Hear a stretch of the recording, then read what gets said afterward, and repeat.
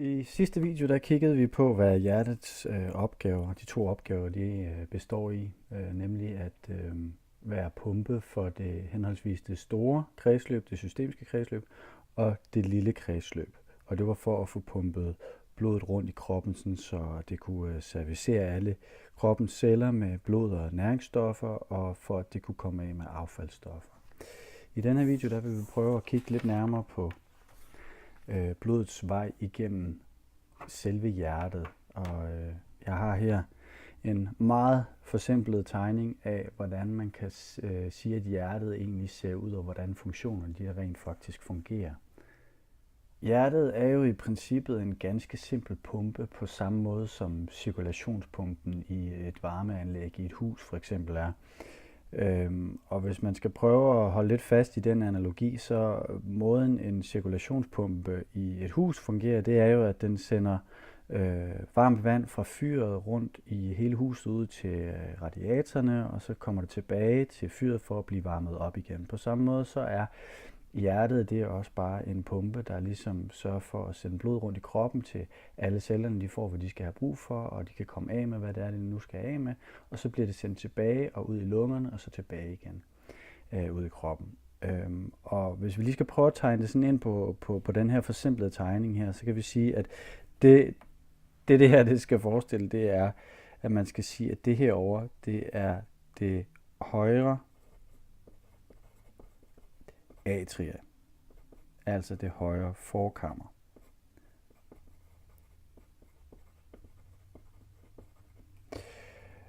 Og blodet det kommer ind herude fra kroppen, der kommer blodet ind den her vej af det, der hedder vena cava, den store hulvene, som vi også så på sidste video her.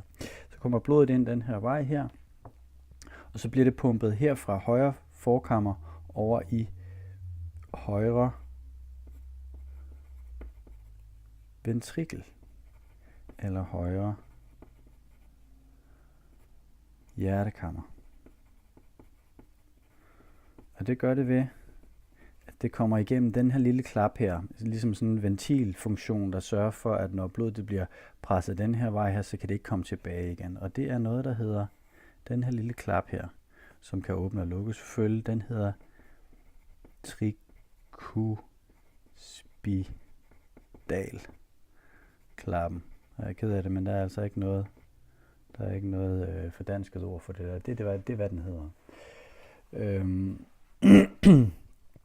Så nu blodet det havnet, det kører igennem, kommer ud fra vena cava i første igennem højre atrium, og så bliver det pumpet igennem trikuspidalklappen og ned i højre hjertekammer, og så skal det ud så skal den faktisk i den højre side af hjertet her, den her del her er det herover.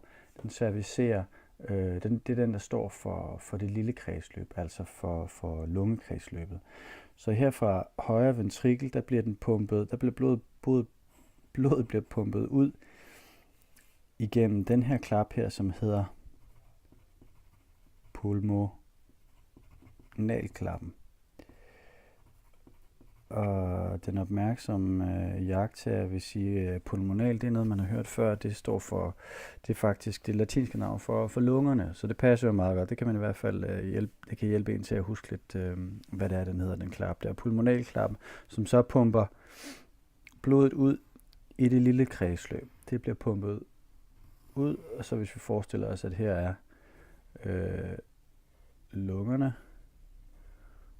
jeg skal forestille lungerne der, så bliver det pumpet ud, og der kommer det så af med CO2, og den modtager ilten og kører så tilbage og lander i venstre forkammer, eller venstre atria.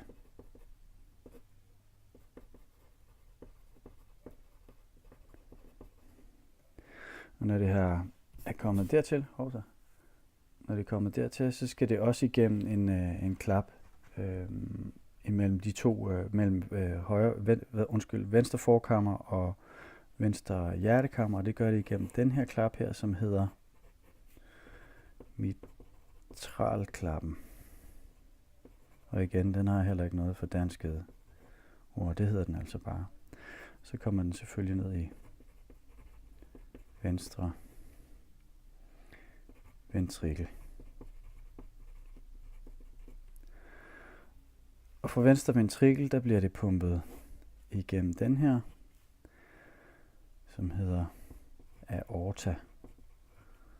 Og aorta-klappen. Jeg skal lige justere det ind, så I kan se det alle sammen. Sådan der. Det er aorta-klappen, og det bliver selvfølgelig pumpet ud i aorta, som er den store hovedpulsåre, og så ud i hele kroppen.